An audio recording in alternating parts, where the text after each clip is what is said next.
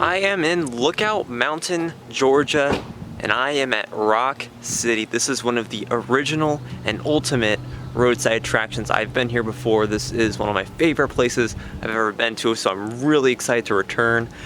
So yeah, let's go see Rock City. This legendary attraction opened here on the top of Lookout Mountain, 6 miles from Chattanooga, Tennessee, in May of 1932. It is the creation of Garnet and Frida Carter. I am here first thing in the morning before they open, so I can be the first one into Rock City for the day. This is the entrance plaza. Rock City has been so successful because of its marketing strategies. Not too many people were just coming up to the top of this mountain during the Great Depression, so Garnet Carter needed a way to spread the word of his attraction. Carter hired a local sign painter named Clark Byers to travel the highways and byways of America and offered to paint a farmer's barn if he were able to paint the words "See Rock City" on it. These barns were located as far as Michigan and Texas. And these barn signs all over the place worked. People started coming to see Rock City for themselves. I found this Rock City barn on my way to Rock City along the Old Dixie Highway, Highway 41 in Hillsborough, Tennessee. Most of the over 900 barns no longer exist. Apparently only 79 barns are left accounted for. The mascot of Rock City is Rocky the Elf. There are a lot of gnomes around Rock City, but the actual mascot, who looks like a gnome, is an elf apparently. Frida Carter really liked gnomes, and here are some original gnomes from the 30s that used to sit along the trail. The experience of Rock City consists of a one-way trail known as the Enchanted Flagstone Trail. And we have now entered Rock City.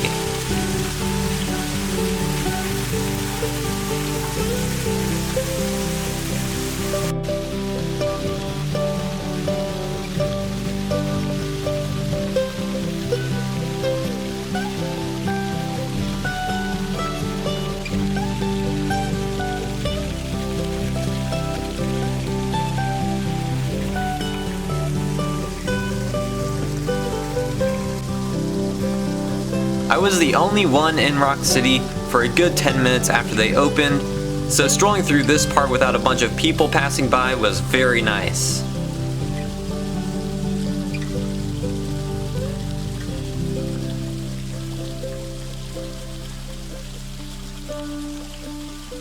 As I mentioned, Rock City is the brainchild of Garnet and Frida Carter, two roadside attraction pioneers. During the Great Depression, Garnet and Frida purchased this area atop Lookout Mountain that included the Rock City, which was a known unique geological feature. He planned to develop a residential neighborhood up here named Fairyland. While Fairyland was being constructed, Garnet decided to build a golf course, but after a while he decided it would take too long to build, so he made the first ever mini golf course. Garnet Carter invented mini golf right here atop Lookout Mountain. Tom Thumb Mini Golf did become a franchise. Unfortunately, the original course and I don't think any of the others still exist, but Garnet wanted another way to make money. So Garnet and Frida decided to turn Rock City into a tourist attraction. All these natural rock outcroppings are incredible as is, but they needed a way to make it really stand out, and what they did in a sense was make nature better. Along with the genuine natural features, they began placing gnomes everywhere. They started building the grottos, the bridges, and they made other features to make Rock City the truly amazing wonderland that it is today.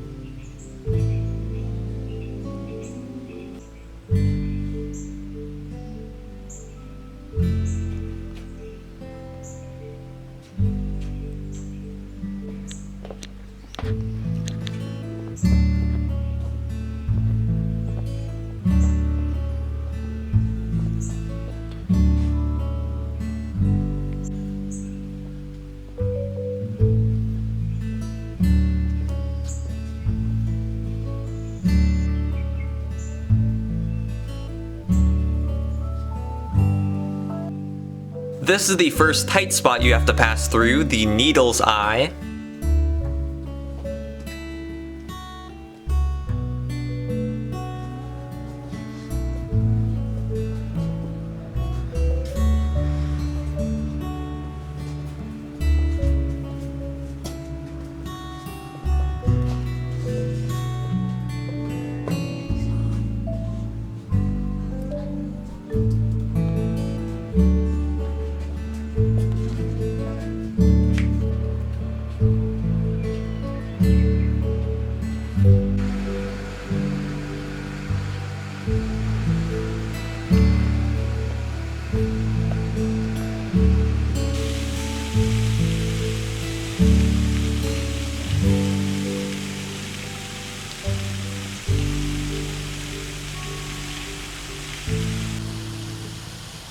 This is my first gnome sighting. These gnomes appear to be mining.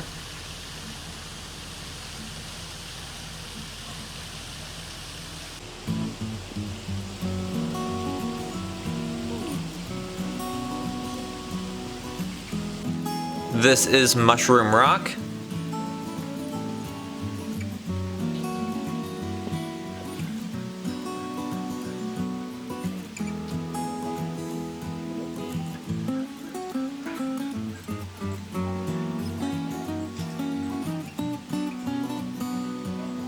Here's the Rock City Wedding Chapel.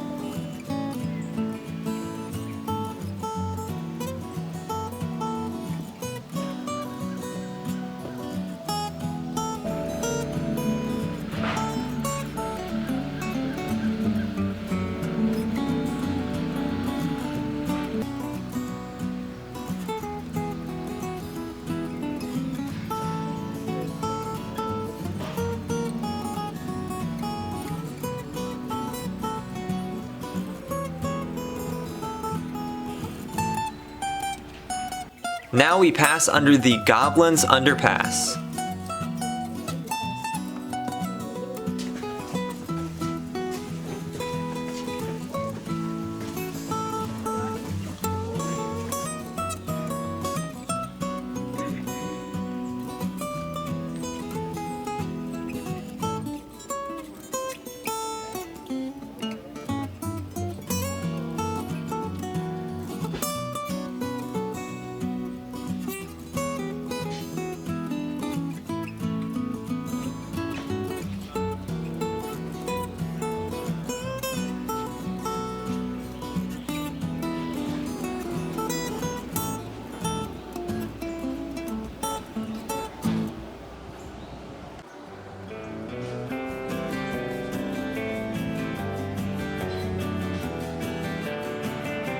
That is Shelter Rock.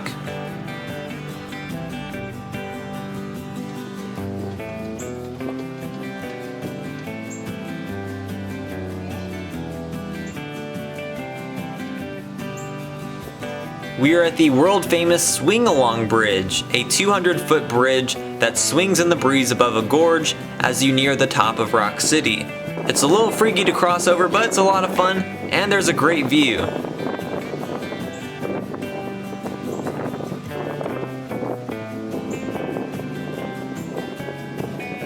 If you're too scared for the Swing-Along Bridge, they do have a nice stone bridge that you can walk across.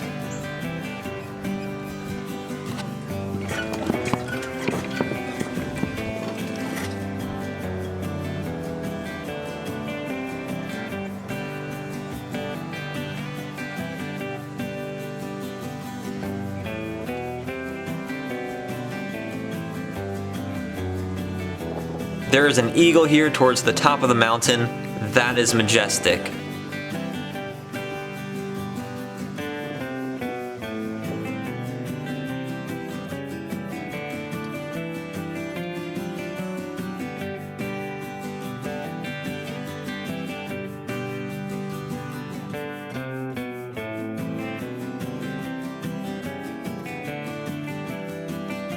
And now we have come to Lover's Leap.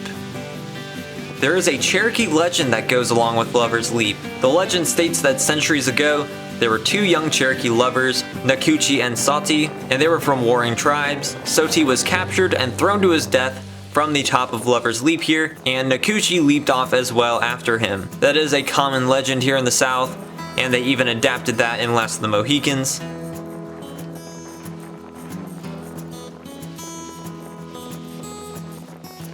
A local climbed Mount Everest and brought a Rock City flag with him to put at the top of the tallest mountain in the world. On the side of Lover's Leap is High Falls, a 100-foot waterfall that cascades down the monolithic formation.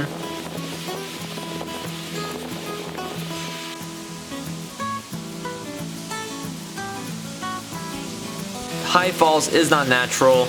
They built it as part of the attraction, but that's okay because it does make nature better in my opinion, and it adds a lot to the majesty of Lover's Leap.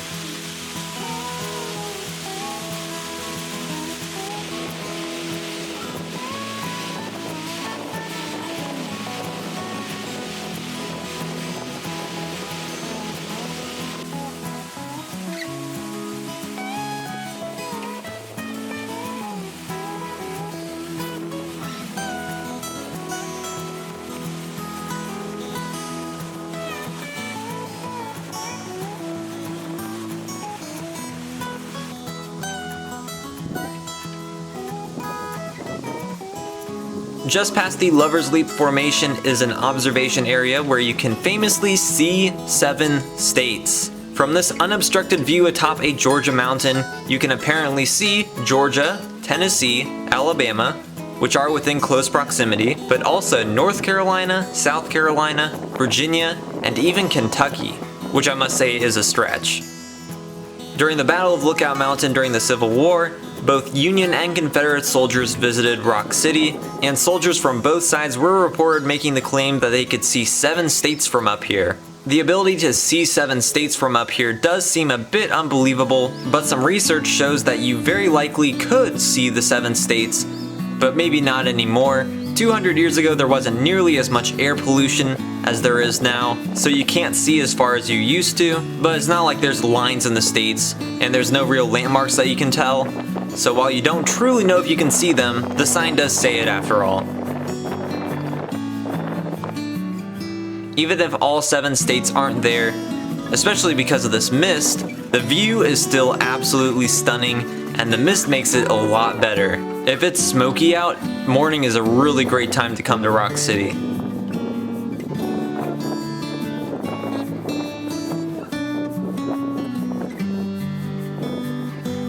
There is the city of Chattanooga, Tennessee.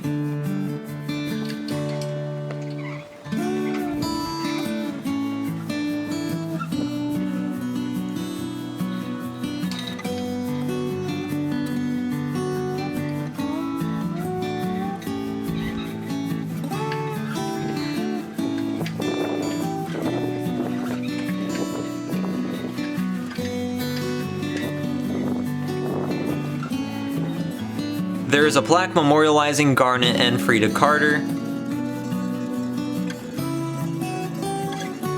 This is a little restaurant by Lover's Leap. The neighborhood Fairyland Gardens was built right around here.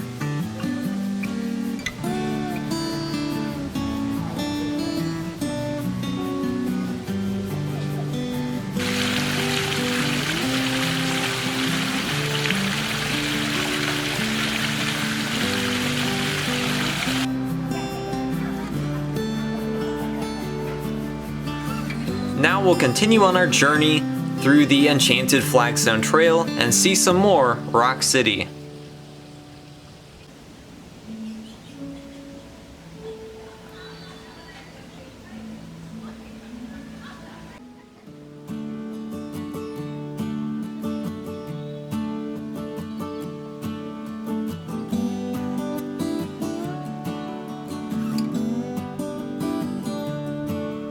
At this point, one must go through one of the tightest crevices of Rock City, the Fat Man Squeeze.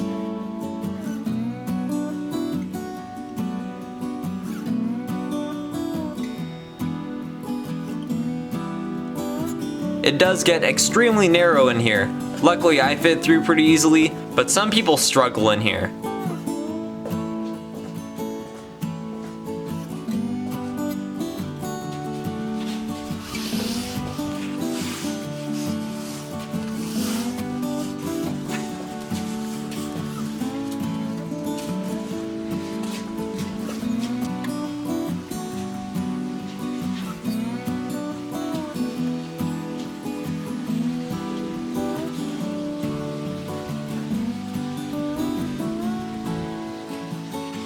At the end of Fat Man's Squeeze is a little grotto.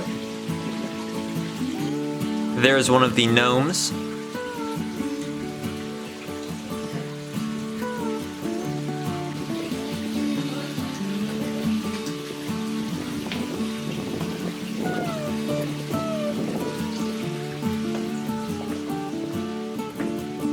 This area used to be a deer pasture, however the deer are gone now.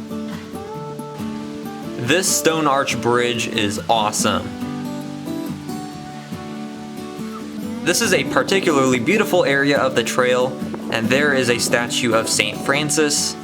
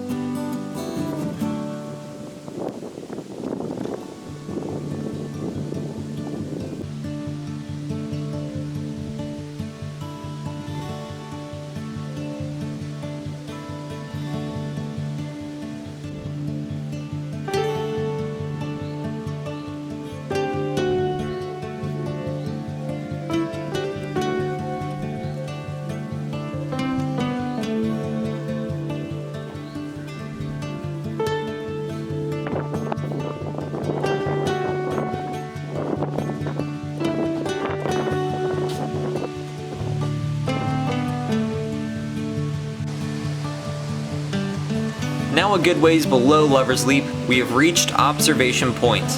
While you're not as high anymore, this is actually the best view of Rock City itself, where you can see the face of Lover's Leap and High Falls.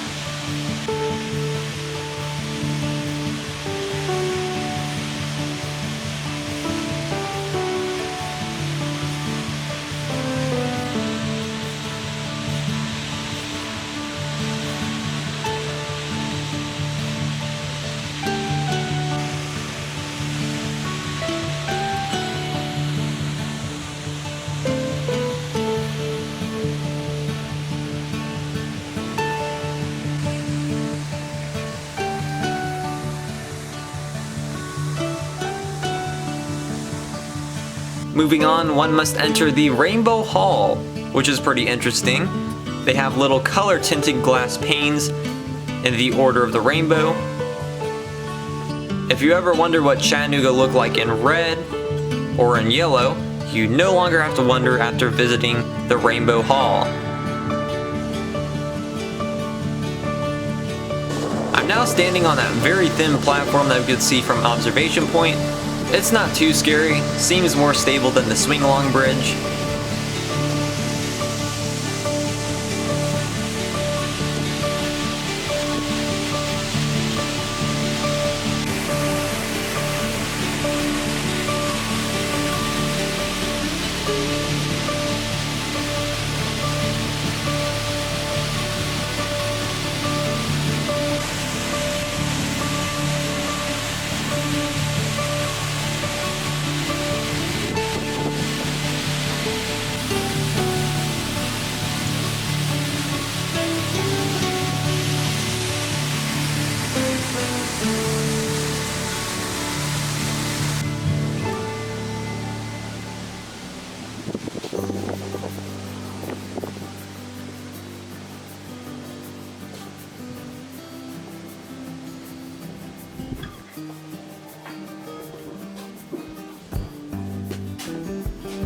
We're now below the swing-along bridge.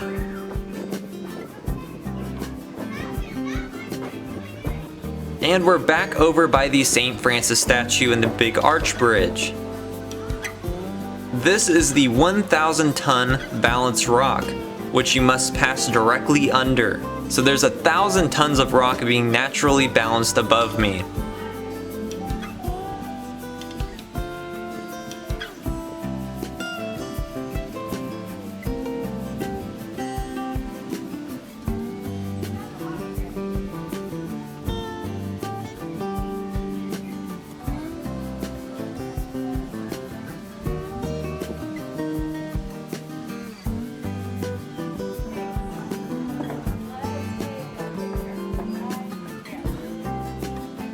This is called the Cave of the Winds. You don't get to squeeze through here.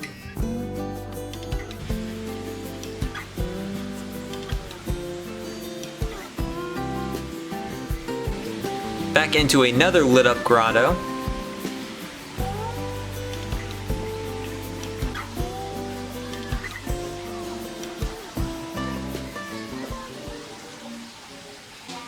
We are now entering the Hall of the Mountain King, which non-stop blasts Edvard Grieg's Hall of the Mountain King.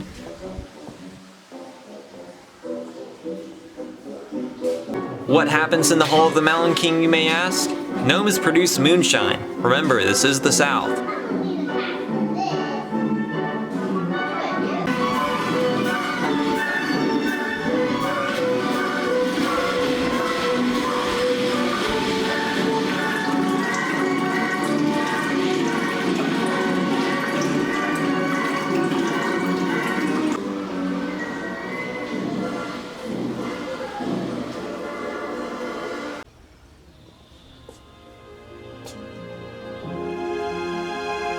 Trekking through the Magic Valley.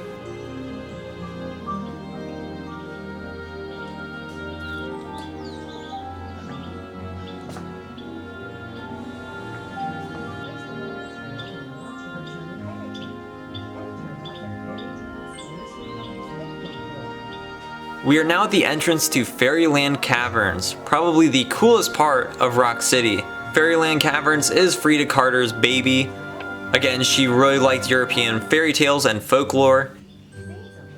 Here, Rock City really abandons reality and enters the world of fantasy. The interior is beautiful. There are all sorts of geodes, along with some fake stalactites that were all glued together.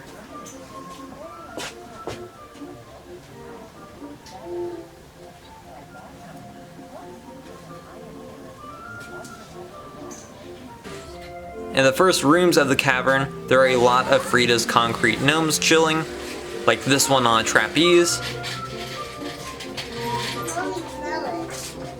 Oh, I can smell it.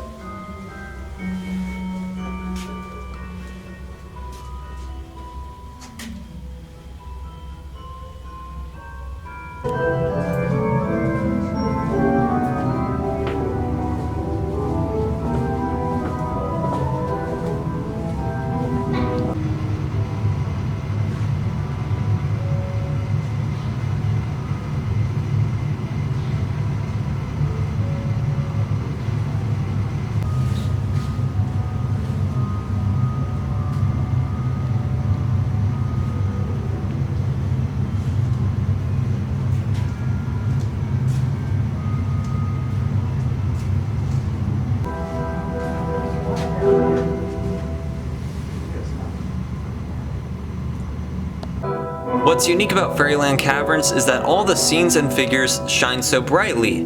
They are hand-painted with fluorescent colors, lit by ultraviolet lights. This is a blacklight cavern that was made in the 1940s. That's so cool.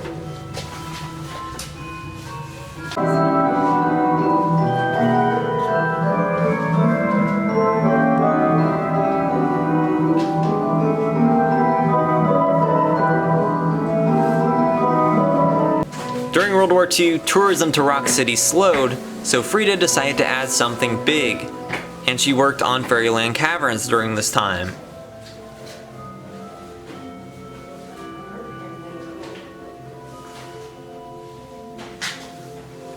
Here are a bunch of scenes from fairy tales, like Hansel and Gretel. That's a dark one.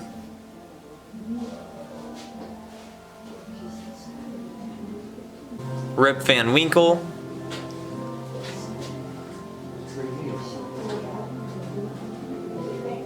Not gonna lie, while I adore Fairyland Caverns, it is very unsettling and creepy. Little Red Riding Hood.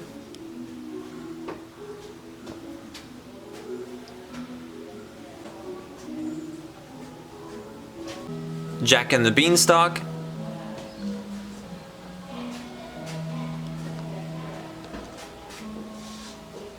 Goldilocks and the Three Bears.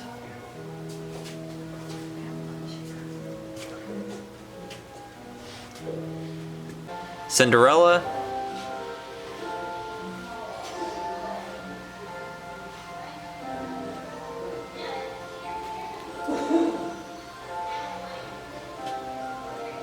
The Old Lady Who Lived in the Shoe.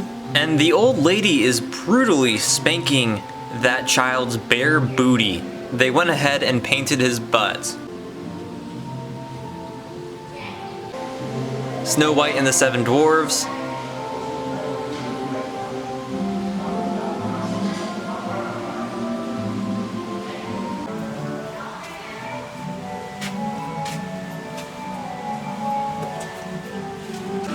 And here is the masterpiece of Fairyland Caverns, Mother Goose Village.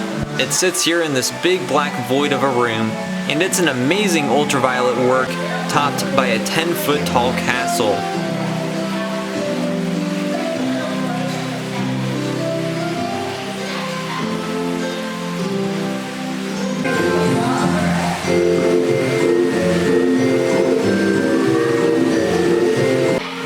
Strewn about all over the village are dozens of nursery rhymes, some familiar, and some which you probably never hear about unless you saw this for yourself.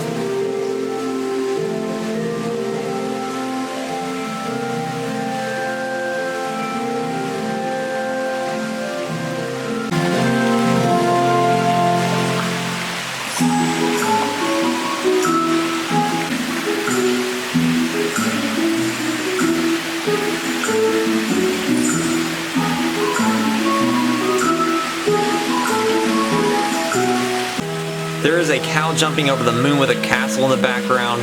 God, this place is amazing.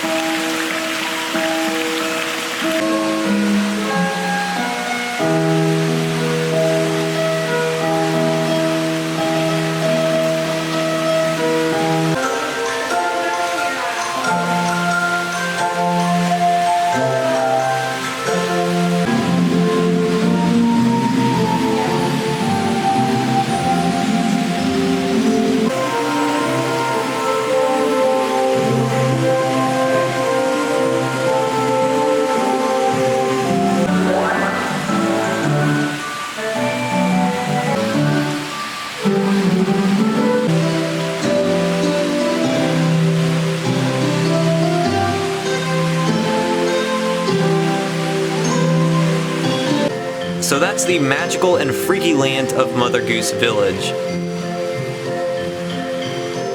Here is the Carnival of the Gnomes with a functioning Ferris wheel.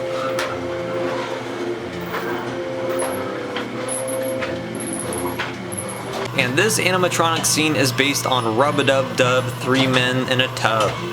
Creepy.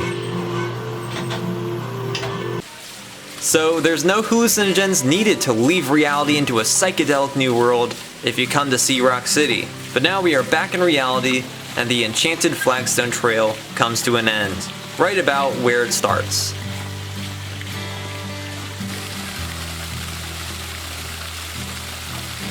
Having seen Rock City again, it remains among my favorite places that I've ever been to. There's not much that can beat this crazy place atop Lookout Mountain.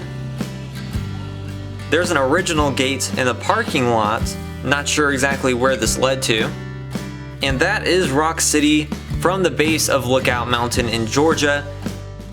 So that was Rock City Gardens. Again, one of the greatest roadside attractions in the entire world. Just so cool. I highly recommend if you're ever around here to come see this. But if you like this video, I have into a bunch of other great roadside attractions, gardens, mountainous places. So please go check those videos out, and thanks for watching.